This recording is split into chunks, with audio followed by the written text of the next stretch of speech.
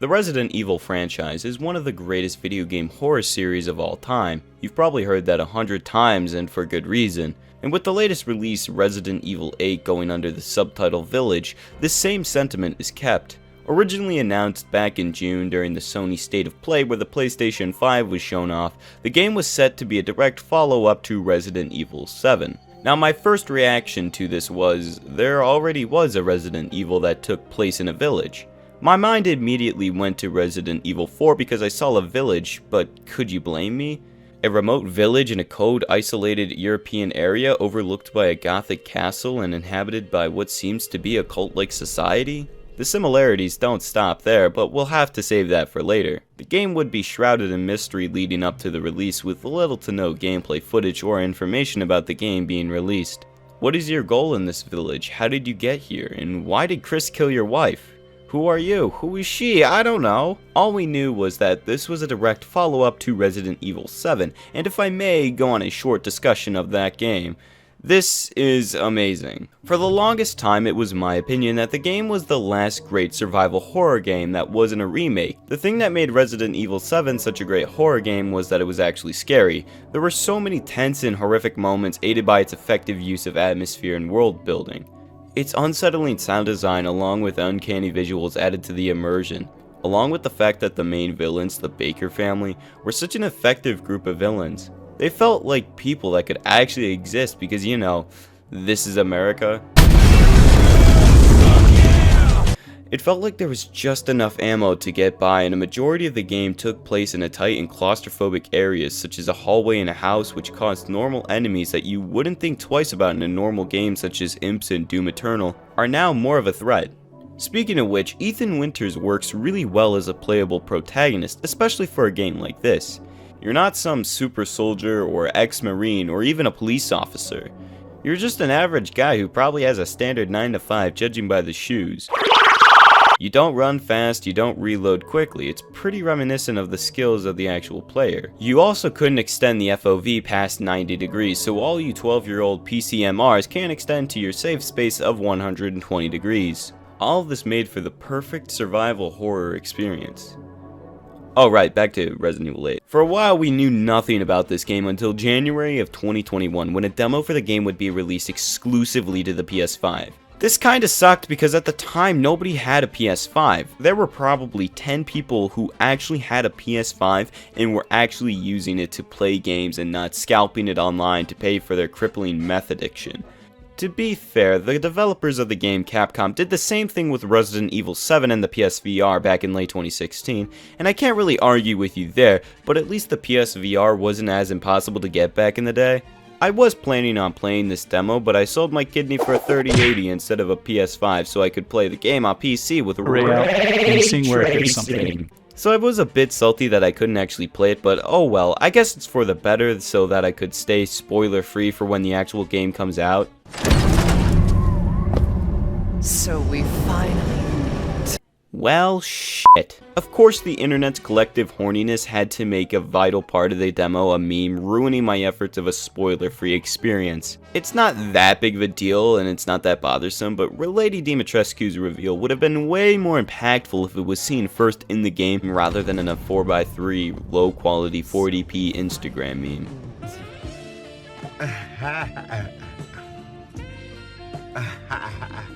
Of course, everybody watching this knows who this is, Lady Dimitrescu, the big thing that this game is known for. And I mean big, if you know what I mean. Get it? She's tall. Unlike my dick. The game would see another demo a few weeks before the full game came out, and I believe this one was on previous gen systems, but I didn't bother. I was a patient little boy, I could wait for the full game. And boy was the build-up for release exciting. Released on May 7th in the US, Resident Evil 8 was a new Resident Evil, and by that, it was pretty good. There were some sluggish elements at parts of the game, along with some really dumb parts in the story, but overall it was a pretty fun game with some exciting and thrilling horror elements. Okay, that's the video, thanks for watching. No, but for real, this game is amazing. The tone and atmosphere of this game, especially in the village, is fantastic with its expert sound design that's somehow improved since RE7. The graphics also look a lot better as the devs have had more time and experience with the RE engine that has been used prominently in modern Resident Evil games such as Resident Evil 2 and 3 Remake. The environments look fantastic, especially the shot at the beginning of the game with the castle overlooking the village. Damn, that's gorgeous! Now, one clear distinction that should be made immediately is that this game isn't as much of a horror game as Resident Evil 7 was. Let me explain. Resident Evil 7 was a survival horror game with a heavy emphasis on horror. There were many scripted segments where action and shooting your water gun of a pistol was so useless that it wasn't even a viable option. Here in Resident Evil 8, action is always the option. There are many parts in the game where you are swarmed by countless enemies and you have no other option but to attack the enemies head on. There are tense moments that'll spike your nerves, but nothing that'll keep you up at night with the sync running. In fact, you move and reload faster here than in Resident Evil 7. The story actually explains this, as Ethan received military training after the events of Resident Evil 7. Chris moving us here, military training, it all happened so fast. Speaking of that story, it was complicated. So the game starts off with an animation of some fairy tale that looks like some sort of Leica animation. Not long after, and your wife gets murdered by none other than Chris Redfield. Who else would? So Chris takes you and your baby, but things go bad and hey, now you gotta save your daughter from this village. Crazy things happen, and that's all I can sort of say without spoiling any major plot points. If you've played Resident Evil 4, there are a lot of similarities to that game in particular. Beyond it taking place in a village and partially in a castle, the enemy AI for the Lycans, the main enemy type who are villagers turned into werewolves, act similarly to the Ganados of Resident Evil 4. When far away, they run to get close, but when in close range to the player, they slow down. The inventory system is also reminiscent of RE4 with its blocking and customizable inventory space for your main weapons and healing items. Now, the major comeback from Resident Evil 4 was the Merchant, known as the Duke, who is basically the Merchant but with a higher cholesterol. I love the return of a merchant in this game, as I think it works really well here. The Duke is also very effective as a character, as he not only fits the Victorian theme of the game, but he also adds to the story by providing backstory and context to why you're getting chased by Tits McGee over here. The Duke is also more interesting than the Merchant. He has more voice lines, you're able to buy ammo from him, and his menu is much more stylistic and interesting. He just has more personality than the Merchant from Resident Evil 4. What are you buying? What are you buying?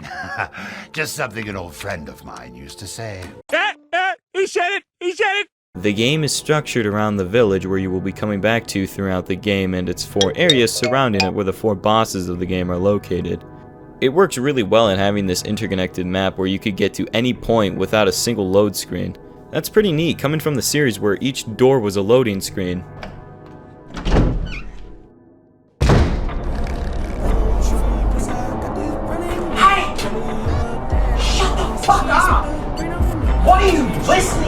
Each of these 4 areas have their own distinct theme and don't last for more than 2 to 3 hours max, 4 if you really suck. They don't overstay their welcome and they aren't too short to where you feel like you're not getting the most out of each area. Now you might say this is a bad thing, but if each area was longer than it needed to be, then the established atmosphere that the game has set up is lost and the area is no longer scary. I use that term loosely. I wasn't particularly scared at any point in the game.